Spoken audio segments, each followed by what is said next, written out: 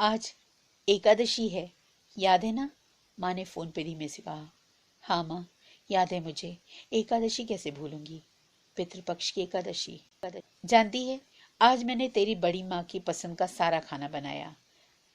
दाल, मीठी पूड़ी, गुड़ वाला मीठा चावल और मूंग के दही बड़े। अग्रासन निकालते समय बड़ी याद आ रही थी उनकी। हाँ माँ, ये सब बड़ी माँ को बहुत पसंद था ना। और हाँ, बड़ी माँ की एक चीज और भी बहुत याद आती है, उनकी चाबियों का चांदी वाला गुच्छा और उससे उनका प्रेम।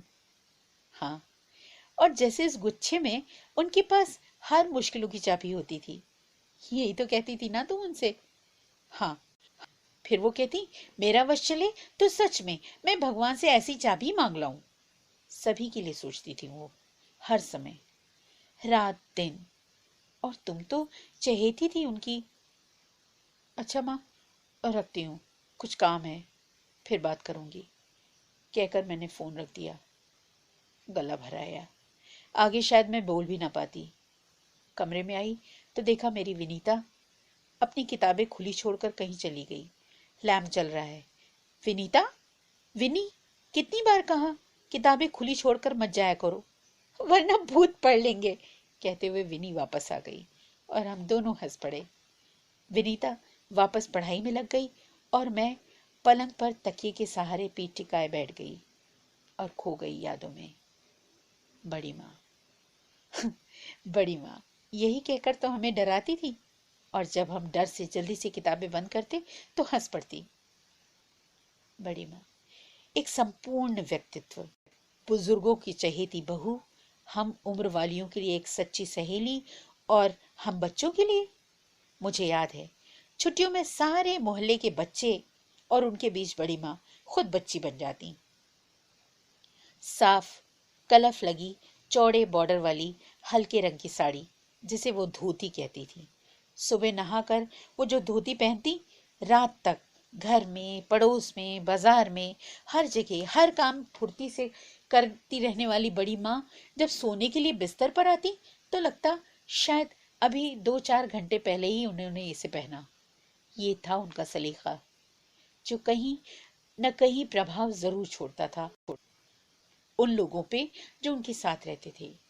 और मैं तो, मेरे लिए तो बड़ी माँ का मतलब गंगा जल से पवित्रता, सूरज चांद तारों की उपस्थिति, सच्चाई, और आंखें बंद करके भी अपने हाथों के मुंह तक पहुंचने का भरोसा। बड़ी माँ। हाँ, एक बात और, बड़ी माँ की चहेती होने की वजह से दूसरे भाई बहन चिढ़कर चिढ़ाने के लिए मुझे बड़ी माँ की चमची तक कह देते। कहा करें, परवाह किसे थी। ये लोग ऐसा क्यों कहते हैं, इसका जवाब भी मुझे बड़ी माँ से ही मिला था। आज इतने सालों बाद फिर बहुत याद आ रही है बड़ी माँ।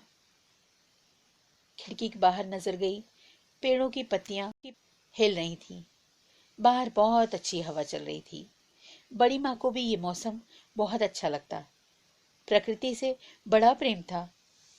मन उनका हर समय पंख लगाकर उड़ता ही रहता। और बड़ी माँ गाती रहती, उड़ के पवन के संग चलूंगी। पवन के वेग से उड़ता मेरा मन, वो तो कभी नहीं रुका।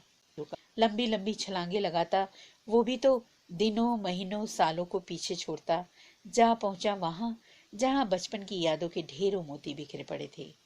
बचपन के सुनहरे सपनों की दुनिया में एक अनोखी चमक के साथ आज भी बड़ी माँ अपने मुस्कुराते व्यक्तित्व के साथ वैसी ही मौजूद हैं। और हाँ, उनके पीछे पीछे मैं भी तो हूँ।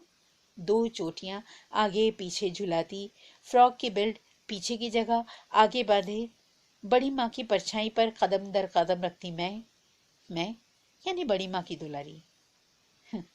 पुन्नो परछाई पर पैर रखते देख कहती, अरे पुन्नो गिर ना जाना, घुटना फूट जाएगा। कहाँ? फट से मेरा हाथ घुटने पर जाता। ओह, मेरा हाथ सचमुच मेरे घुटने पर था। अपने दोनों हाथों से घुटना पकड़कर धीरे धीरे दबाते हुए मुझसे कराह निकल गई, अनायास। और मैं मुस्कुरा पड़ी। मुझे याद आया मेरा अपना बचपन, जब बड़ी माँ इसी तरह रात को मेरे पास बिस्तर पर लेटते हाथों से घुटना सहलाती थी, मेरी उनींदी आंखें झट खुल जाती। बड़ी माँ, मैं दबा दूं?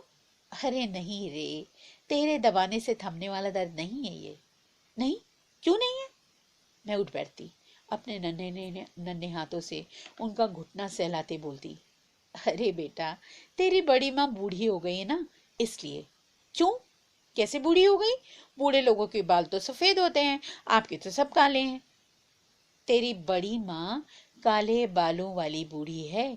और जब मेरी नानी अम्मा सवाल बंद करो, सो जाओ कहते हुए मुझे अपनी दुखते घुटने वाली गोद में छुपा लेती, और मैं अपने मन में सोचती रहती, काले बाल और बूढ़ी बड़ी माँ, ऐसा कैसे हो सकता है?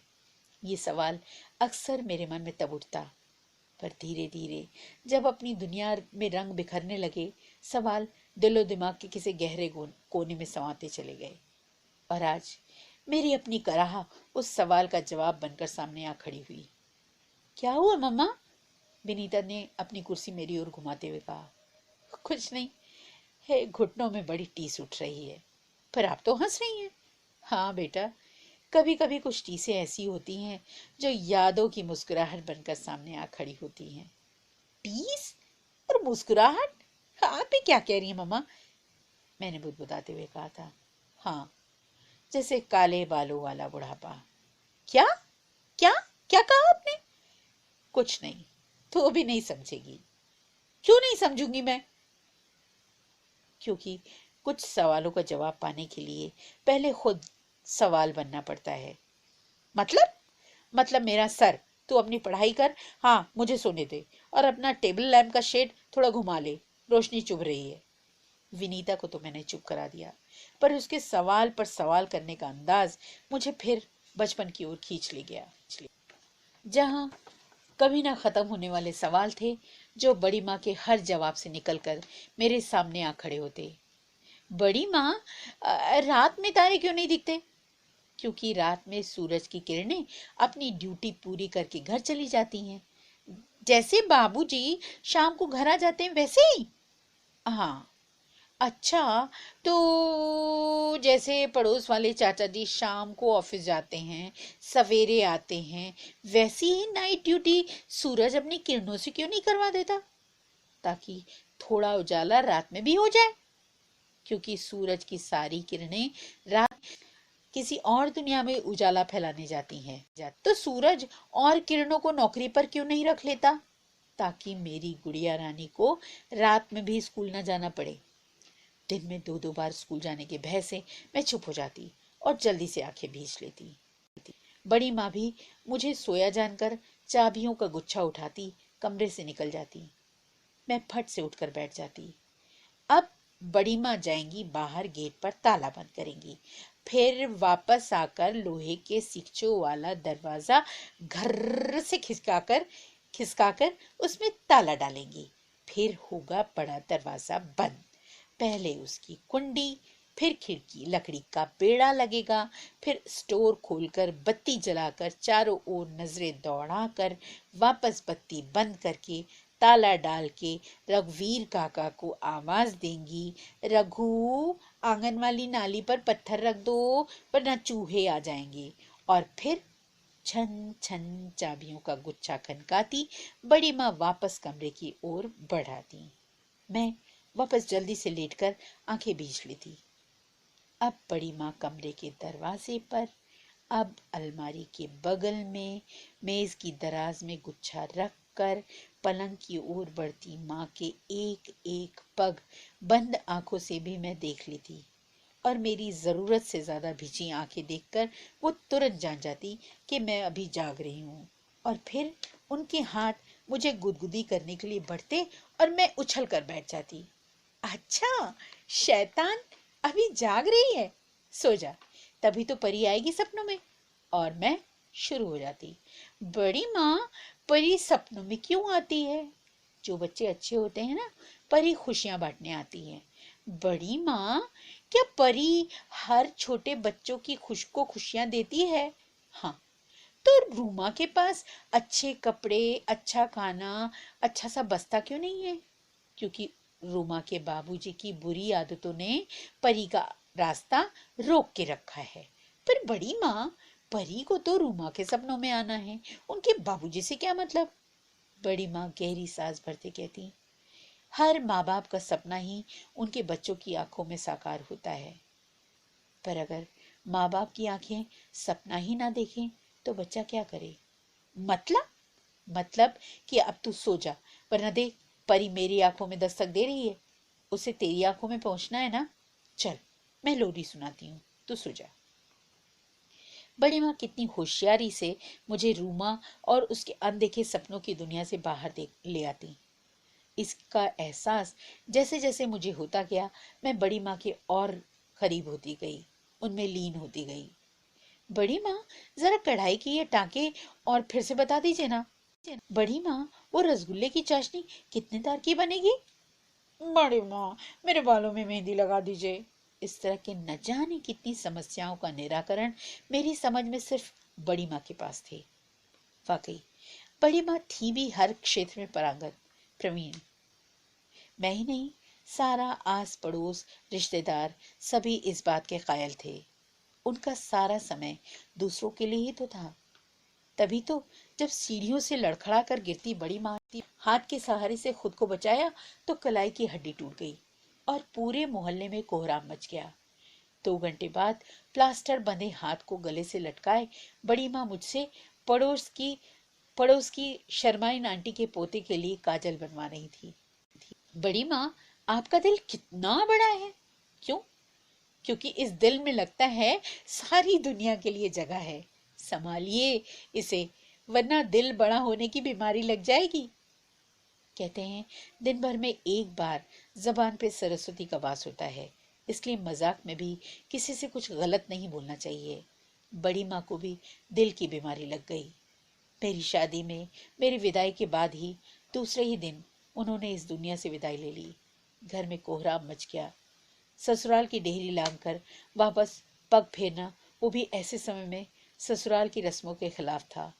फिर वो तो मेरी बड़ी माँ थी ना, माँ नहीं समझकर पूरी सख्ती इस रस्म का पालन भी किया गया।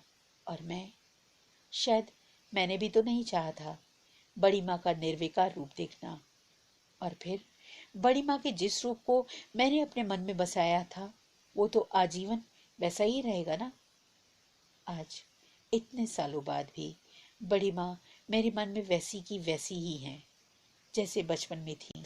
जिनके पास मेरे हर सवाल का जवाब था, जिनके हर जवाब से मेरा सवाल जुड़ा, जिसका उत्तर पाने के लिए मुझे आज भी वैसा ही सवाल बनने की जरूरत है। इसलिए तो मेरी डायरी के हर पन्ने में किसी न किसी रूप में बड़ी माँ मौजूद है। कभी सवाल बनकर, कभी जवाब बनकर, ममता और समर्पण के नए नए आयामों को जीती बड़ी माँ। बड़ी लगता है यहीं कहीं गूंज रही है उनकी आवाज, कभी फूलों की महक सी, हवा की ठंडक सी, चिरंतर।